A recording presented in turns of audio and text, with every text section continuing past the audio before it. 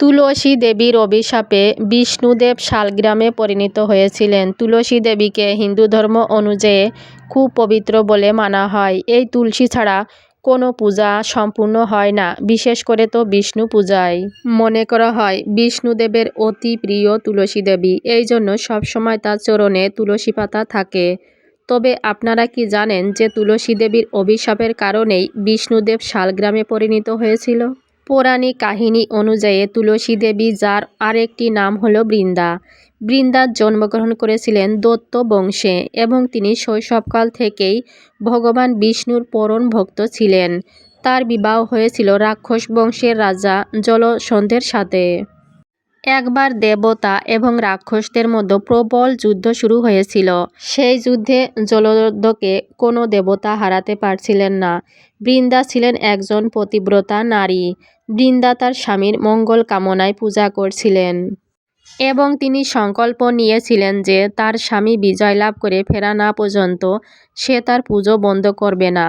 এর ফলে সমস্ত দেবতারা জলরজ্ঞের কাছ থেকে পরাস্ত হয়ে সহায়তার জন্য ভগবান বিষ্ণুর কাছে গেলেন। এরপর ভগবান বিষ্ণু দেবতাদের সাহায্য করার জন্য জলন্ধরের রূপ নিয়ে বৃন্দার প্রাসাদে যান। স্বামীকে দেখে বৃন্দা তার পুজো থেকে উঠে যায়।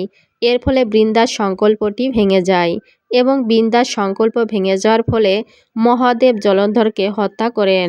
বৃন্দা যখন এই সমস্ত ঘটনাটি জানতে পারেন, তখন তার স্বামীর মৃত্যুতে এবং তার সাথে প্ররোচনা করার কারণে ভগবান বিষ্ণুর উপর ক্রোধিত হয়ে তাকে অভিশাপ দেন। বিষ্ণু পাষাণ অর্থাৎ পাথরে পরিণত হবেন। বিষ্ণু বৃন্দার অভিশাপ গ্রহণ করে শালগ্রাম শিলায় পরিণত হন। সেই বিশেষ ধরনের শিলা পাথরই হল শালিগ্রাম বা শালগ্রাম শিলা, যা মূলত গণ্ডকী নদীর ধারেই পাওয়া যায়। কারণ বৃন্দা ছিলেন ঋষিকেশের পরম ভক্ত, তাই বৃন্দাকৃতক শাপগ্রস্ত হয়েও তিনি বর দেন। মৃত্যুর পর বৃন্দার দেহ গণ্ডকী নদী এবং কেশ অর্থাৎ চুল তুলসী গাছে পরিণত হবে, আর শালগ্রাম শিলার সঙ্গে এই দুইয়ের মিলন হবে অবিচ্ছেদ্য। বিশেষ করে তুলসী পাতা ছাড়া শালগ্রাম শিলা পূজা কখনোই সম্পূর্ণ হবে না। আর এভাবেই ভগবান বিষ্ণুদেব শালগ্রামে পরিণত হয়ে যায়। ভিডিওটা এ পর্যন্তই। ভালো থাকবেন, সুস্থ থাকবেন। দেখা হবে পরবর্তী একটা ভিডিওর সাথে। ভিডিওটা ভালো লেগে থাকলে লাইক, শেয়ার, সাবস্ক্রাইব করবেন আর কমেন্টে লিখুন রাধে রাধে, হরে কৃষ্ণ। সবাই ভালো থাকবেন।